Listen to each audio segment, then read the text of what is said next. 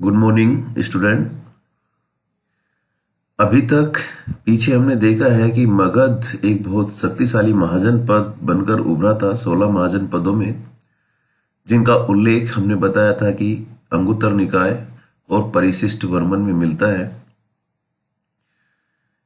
मगध क्यों शक्तिशाली था वो 16 महाजनपदों में, उसके लिए विशेष परिस्थितियां क्या क्या उत्तरदायी थी, उसकी हमने चर्चा काफी पहले की। उसके बाद हमने देखा कि मगध पर 5 राजवंशों ने शासन किया, जिसमें वृद्धरथ वंश, हर्यक वंश, शिशुनाग वंश और फिर नंद वंश। इन सब की चर्चा हम कर चुके हैं और इनके जो महत्वपूर्ण शासक हुए हैं उनके बारे में भी हमने विस्तार से चर्चा की है।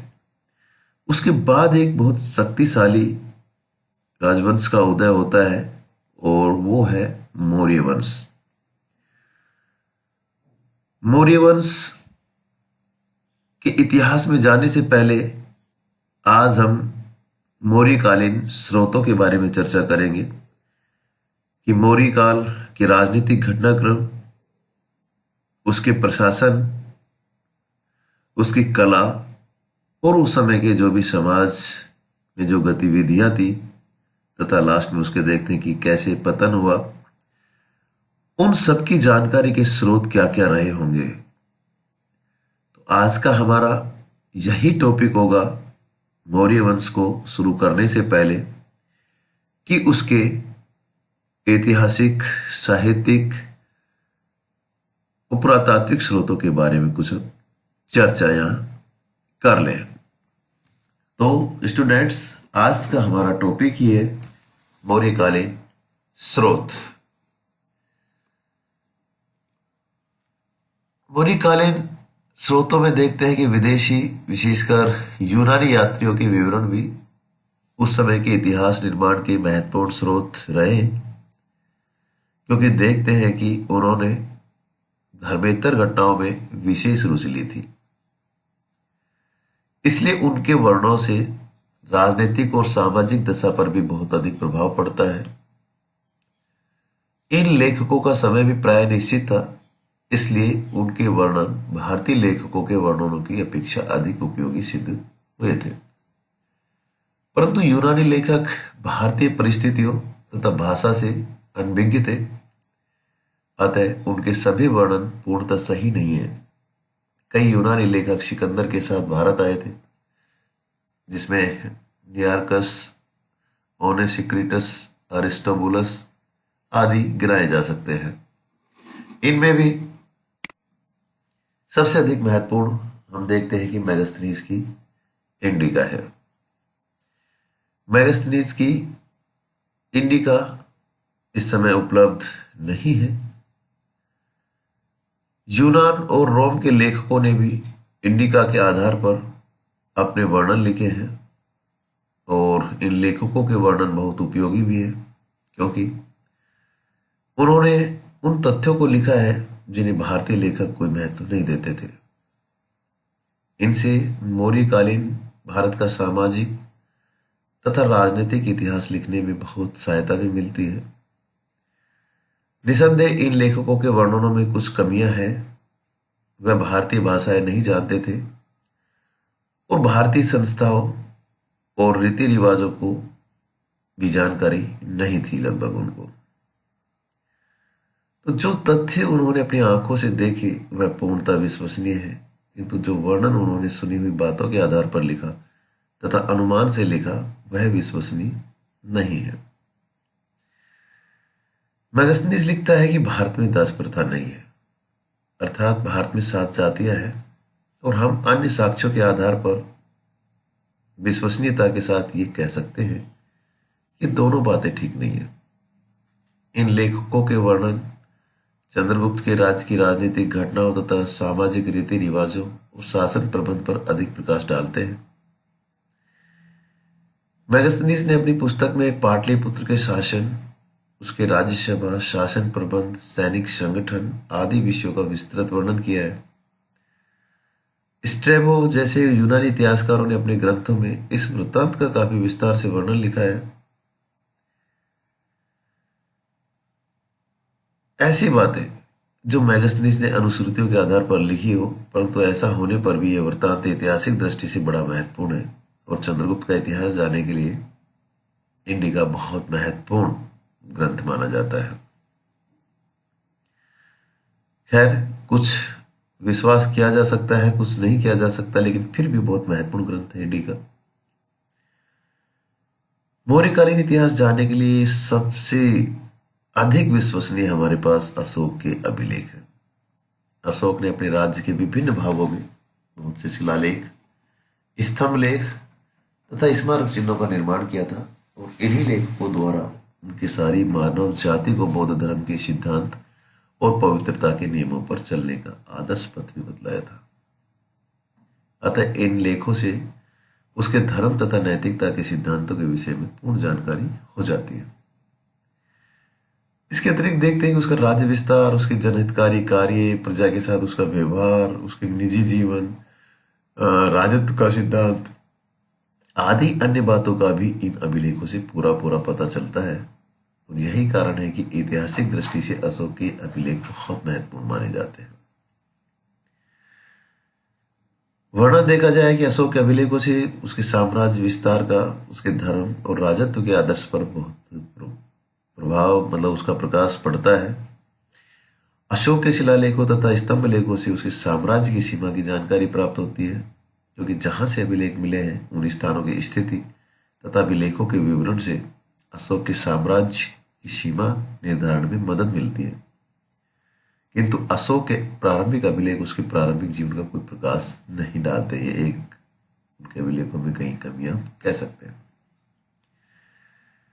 इंडिका, अशोक के अभिलेख, उसके बाद महत्वपूर्ण आता है कौटिल्य का अर्थशास्त्र, जो ऐतिहासिक और राजनीतिक दृष्टि से प्राचीन साहित्य का बहुत महत्वपूर्ण ग्रंथ माना जाता है।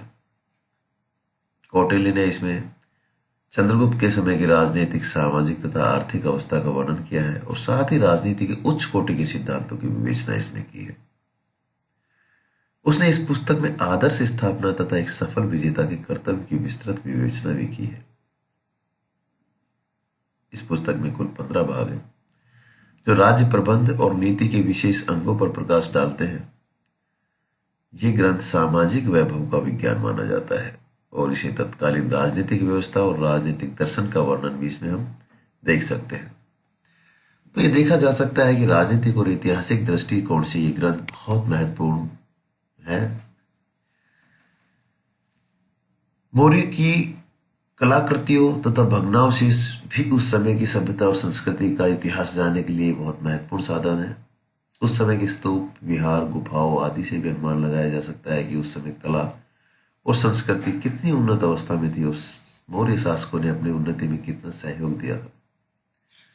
यही कारण है कि सांची के स्तूप तथा अन्य खंडहर ऐतिहासिक दृष्टि से बहुत महत्वपूर्ण माने जाते हैं। आगे अगर बौद्ध ग्रंथ तथा अनुश्रुतियों में भी मौर्य वंश तथा उसके सर्वाधिक प्रसिद्ध एवं लोकप्रिय सम्राट अशोक के बारे में ऐतिहासिक सामग्री हमें प्राप्त होती है।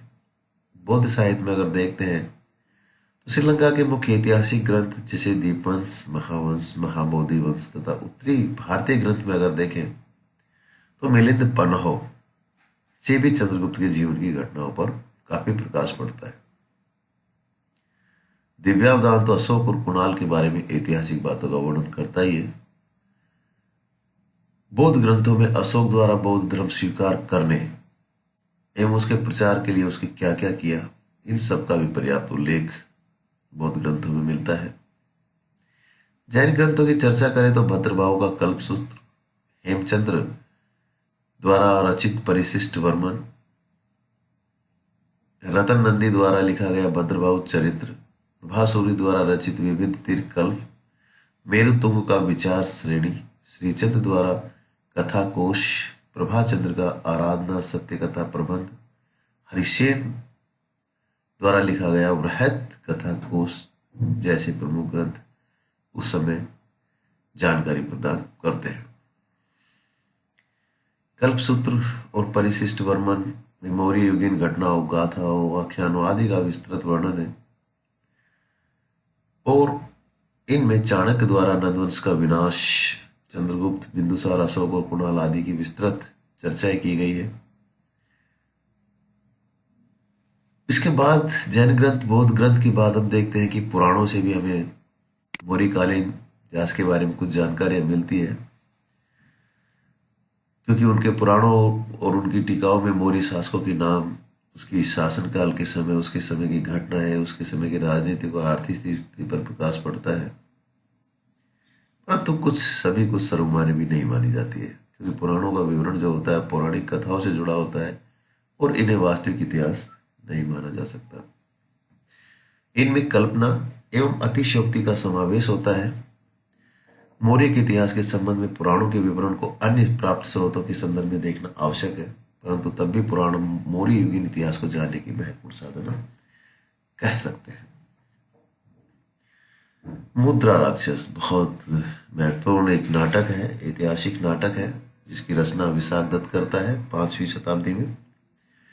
और इस नाटक में नंदवंश के नाम तथा मौर्य वंश की स्थापना की पूरी कहानी प्रस्तुत की गई है कि कैसे चंद्रगुप्त मौर्य को चाणक्य तैयार करता है और किस प्रकार वो नंदवंश से बदला लेता है घनानंद से। तो पूरा एक घटनाक्रम इस नाटक के में दर्शाया गया है।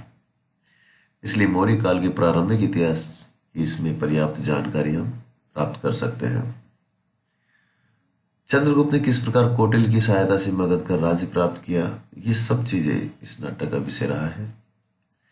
परंतु कुछ कल्पना का मिश्रण होने के कारण उसकी कुछ बातें विश्वसनीय नहीं मानी जा सकती। मौर्यकालीन अनेक इमारतों के अवशेषों एवं खंडारण तत्कालीन भारतीय इतिहास की जानकारियां देते हैं। अशोक द्वारा चट्टानों को काटकर बनाए गए कंदराज, अशोक के पुत्र दशरथ द्वारा बनाई गई नागार्जुनी पहाड़ियों में भिक्षुओं के लिए बनाई गई गुफाएं जैसे गोपी गुफा, इन सब चीजों से भी मौर्यकालीन वास्तुकला की जानकारी हमें मिलती है। तो ये था एक मुद्रा राक्षस। तो चर्चा आज हमने की मौर्यकालीन इतिहास के बारे में। बहुत ज़्यादा विस्तार से हमने नहीं किया है, लेकिन मुख्य मुख्य जो ग्रंथ है, चाहे वो जैन ग्रंथ है, बौद्ध ग्रंथ है, मुद्रा राक्षस नामक ऐतिहासिक नाटक है जो विशाख दत्त, ये क्वेश्चंस बार बार कॉम्पिटिशन में पूछा जाता है, विशाख दत्त या मुद्रा राक्षस में क्या है। पुराणों की चर्चा भी हमने की है, लेकिन वो बहुत सी कथाओं से जुड़ा होने के कारण उसको भी वास्तविक नहीं माना जाता, लेकिन फिर भी उसके काल, मौर्यकालीन काल के समय और उसके समय की घटनाओं के बारे में बहुत महत्वपूर्ण जानकारी हम पुराणों से भी प्राप्त कर सकते हैं। कुछ मौर्यकालीन कलाकृति और जो खंडर मिले हैं उससे भी हमें इतिहास के बारे में काफी कुछ यहाँ पता चलता है कि वहाँ पे शासक किस प्रकार रहते होंगे, उनका शासन किस प्रकार चलता होगा, और ऐतिहासिक दृष्टिकोण से ये चीजें भी काफी महत्वपूर्ण मानी जाती है। अर्थशास्त्र तो एक रामबाण है जो आज भी बहुत सी चीजें अर्थशास्त्र से ली जाती है, क्योंकि राजनीति के जो सारे मंत्र है कहीं ना कहीं अर्थशास्त्र में मिलते हैं, जो चालें हैं। तो कौटिल्य का अर्थशास्त्र बहुत प्रसिद्ध रहा है और जिसकी तुलना हम अगर विश्व स्तर पर करें तो मैकियावली के प्रिंस से की जा सकती है। तो कई बार पूछा भी जाता है कि मैकियावली का प्रिंस के नाम से भारत का कौन सा ग्रंथ माना जाता है, तो कहीं ना कहीं वो कौटिल्य का अर्थशास्त्र उसमें हम बता सकते हैं। अशोक के अभिलेख, जैसा कि हम बता रहे हैं कि सबसे महत्वपूर्ण और विश्वसनीय माने जाते हैं अशोक के अभिलेख, और एक क्रमबद्ध इतिहास की शुरुआत मौर्य काल से हम मानते हैं, क्योंकि अभिलेख झूठ नहीं बोलते।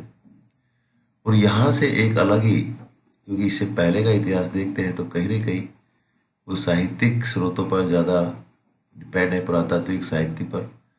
एक जो अशोक के अभिलेख से है, जो भी खुदे हुए थे, तो वो चीज़ें आज तक कायम है और उसके आधार पर हम लगा सकते हैं एक सिस्टमेटिक काल की शुरुआत यहाँ से होती है।